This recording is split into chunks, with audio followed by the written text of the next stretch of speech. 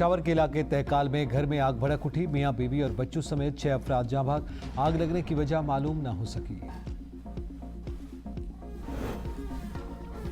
America से मुज़ाकरात का कोई इरादा नहीं, पूरी तवज्जो मुल्क की दिफा पर मरकूज है। तर्जमान ईरानी वज़ारत ख़ारजा इस्माइल बक़ाई का अमेरिका पर मफाहमती याददाश्त की खिलाफ वर्जी का इल्ज़ाम। कहा, बैनुल-अक़वामी मुआहदे बाहमी जिम्मेदारियों पर मबनी होते हैं। अमेरिका ने मफाहमती याददाश्त की शराइत तोड़ दी। ईरान के पास मुनासिब जवाब देने के तमाम रास्ते मौजूद। ईरानी मुसल्लह अफ़वाज किसी भी जारहियत का भरपूर और ताकतवर जवाब देंगी। ईरान के जोग्राफिया की बुनियाद पर टुकड़े किए जा सकते हैं न लफ्ज़ों से। ईरान एक है, कोई शुमाल, जनूब, मशरिक़ या मगरिब नहीं। स्पीकर ईरानी पार्लियामेंट बाक़िर क़ालिबाफ का कहना है कि ईरान कभी जंग का ख़्वाह नहीं रहा, मगर हर वक्त दिफा के लिए तैयार है।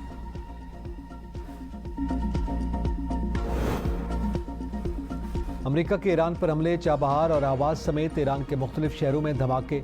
ईरान की सरकारी मेहर न्यूज़ एजेंसी के मुताबिक इराक की सरहद के करीब वाक़े ईरानी शहर आवाज़ में धमाकों की आवाज़ें सुनी गईं। चाबहार में यके बाद दीगरे 3 धमाके, मिसाइलों से बहरी निगरानी के टावर को निशाना बनाया गया।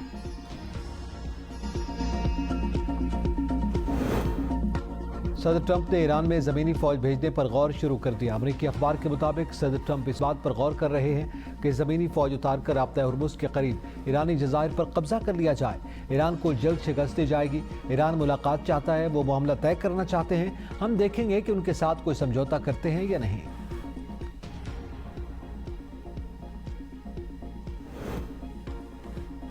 सऊदी दारुल हुकूमत रियाज में गैस सिलेंडर धमाका, 6 पाकिस्तानी जाँ भाग। वाक़या मनफोहा में पेश आया। पाकिस्तानी सफारतखाने का कहना है कि जाँ भाग अफराद की मैयतों की वतन वापसी और दीगर कानूनी कार्रवाइयों के लिए सऊदी हुकाम से राब्ते में हैं।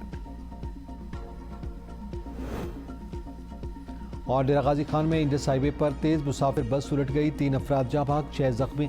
लाशें और जख्मी अस्पताल मुंतकिल।